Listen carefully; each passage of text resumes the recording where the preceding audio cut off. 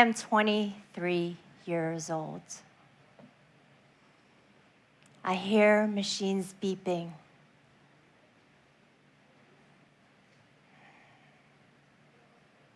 I slowly blink open my eyes.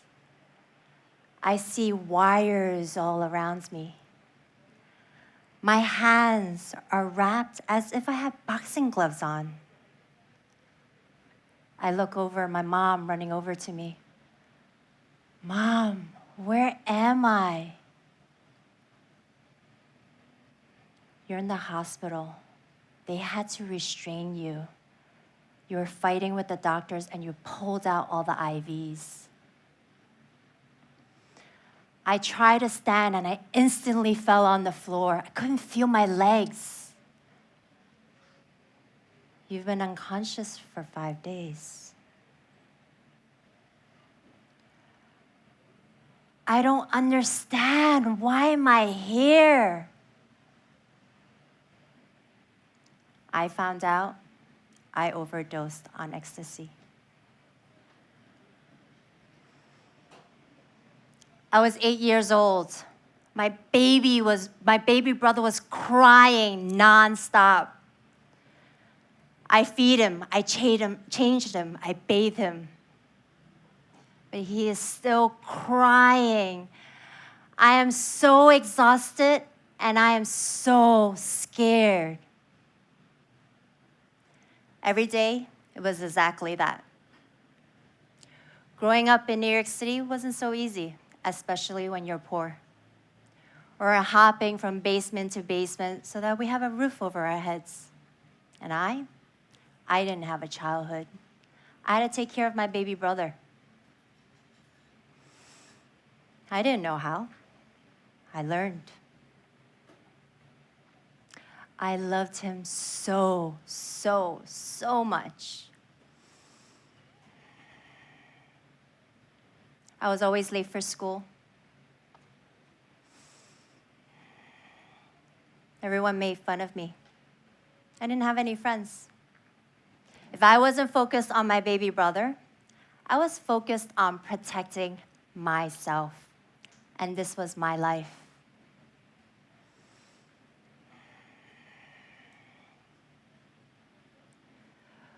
We will take you to school on time. I will help you, I promise. My only friend, Helen, she was also 8 years old, but she was full of wisdom. She was the only one who gets me because she came from a broken home as well. We will create a different life for you. You will never be alone, and you will never be poor again.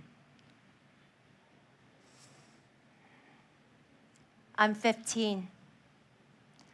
My mom and my stepdad was going at it again. I hear yelling, glass shattering, objects being thrown over his infidelity. I was scared, sitting in my room, nervous of what will happen. The phone rings. Before I could get it, my stepfather answered. It was a male's voice on the other line, a friend coming to pick me up. My stepfather turned to me and yells, "You whore!" I was trembling, tears in my eyes. I yelled back, "F you, you are not my father." I grabbed my stuff, ran out of the basement, leaving the life I knew behind. From there on, I shuffled from home to home, juggling multiple jobs, tutoring kids after school, cold calling strangers at my telemarketing gig. I was determined and I hustled. Every step I take is further away from the chaos and closer to the life I thought I wanted. I remember that drive since 8 years of age. Helen's voice coming into my head. You will never be poor again. My hustle worked. I'm sitting in the office in the middle of Times Square, New York City. in my Hugo Boss suit and my sexy, expensive Louboutin heels. I was sipping my latte, effortlessly flicking through emails on my BlackBerry while commanding the room in this meeting. I was surrounded by middle-aged white men. We talk about strategy and the next lucrative business investment. I had my mask on, and boy, I definitely look the part. I was winning this hustle.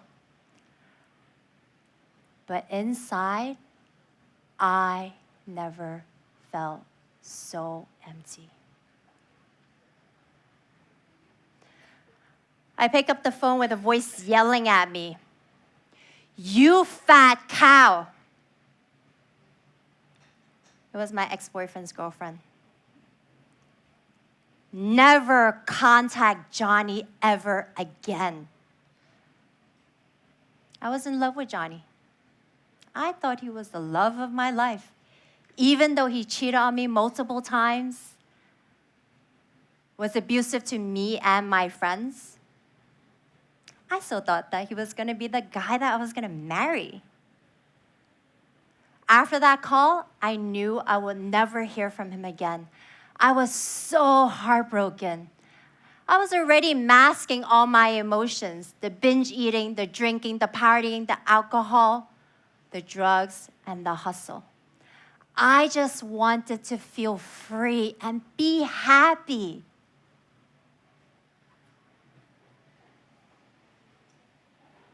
It was July 4th. I'm sipping on my Coors Light. Just swallow one of those little happy pills. Ecstasy. I was high as a kite. I have one more. Anyone want? Me, I snatched it, swallowed it. Freedom, bliss, love, here I come.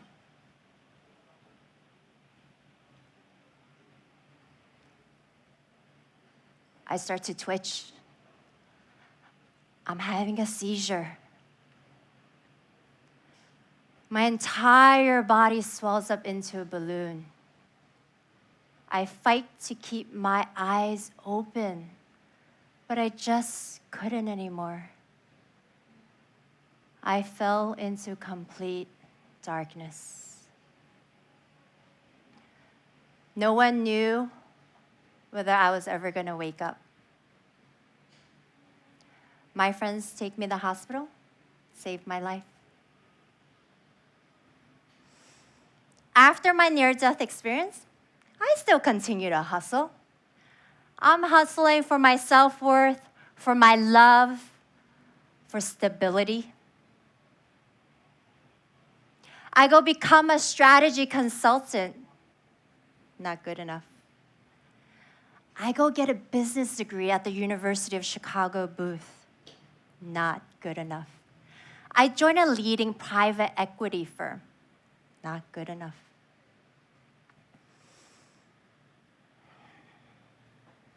Allison asked me, "You want to take a yoga class after work today? I think you'll love it." Well, I gotta cultivate this working relationship. So I said, hell yeah, let's do it. I'm game. This yoga class, it was so hot. It was so sweaty. I feel the sweat all over my body. But I feel a sense of strength, love, and peace in my body that I never felt before.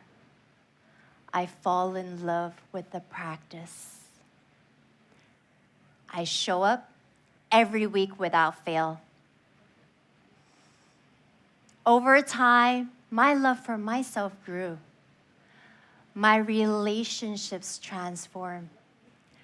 I became more patient and grounded. Radical shift starts to happen. I forgive my mother. I forgive my ex. And most importantly, I forgive myself.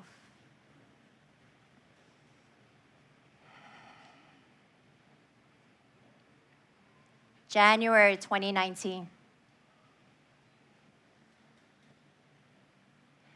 My messages were flooded. Everyone in Nairobi stay safe. Confused. Did a quick Google search. Terrorist attack. Between back-to-back meetings, I tried to reach out to Jason. He had a life and an office in Nairobi.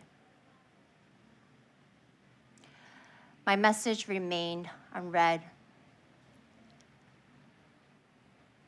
I later received a message from my friends, and my entire world fell apart.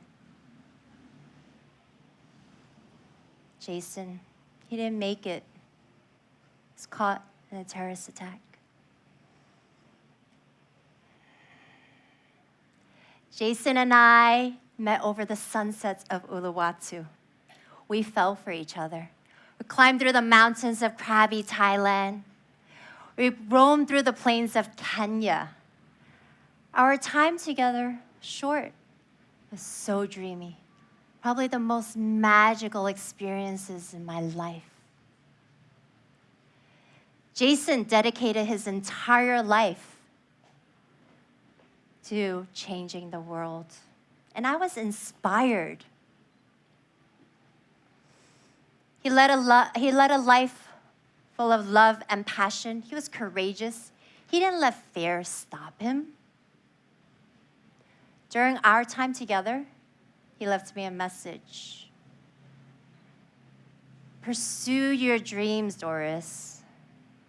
Go what makes you excited. Go make an impact. Life is too short. When he died, it finally hit me. That same year, 6 months later, I was sitting in Thailand drafting my resignation to my fancy private equity job. I was supposed to be back in New York City 2 weeks ago. I never got on a plane. I'm sitting here wondering, is this really what I'm doing? Am I really leaving this career, this salary? I nervously clicked send, and I never looked back. I was on my way. I was still uncertain of the future, but I was determined to write my own story. A story similar to what Jason was doing. A story filled with love, passion, and impact.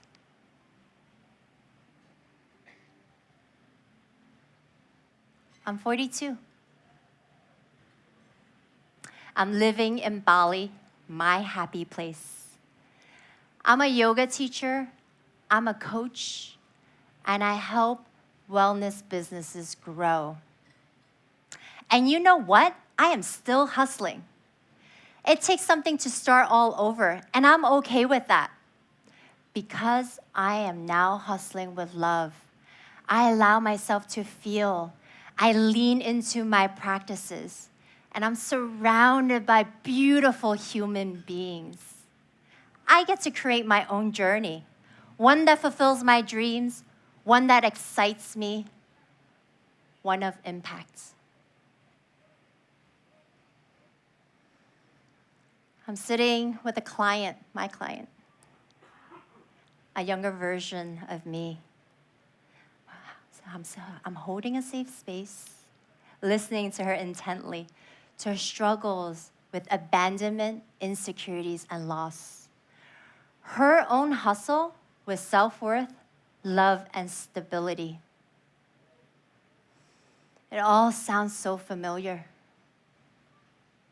Her pain reminds me of my own experiences. Growing up too quickly, leaving home at 15, navigating toxic relationships, and facing my darkest moments. I share with her my past, and I said to her, hustling from fear? That shit is exhausting.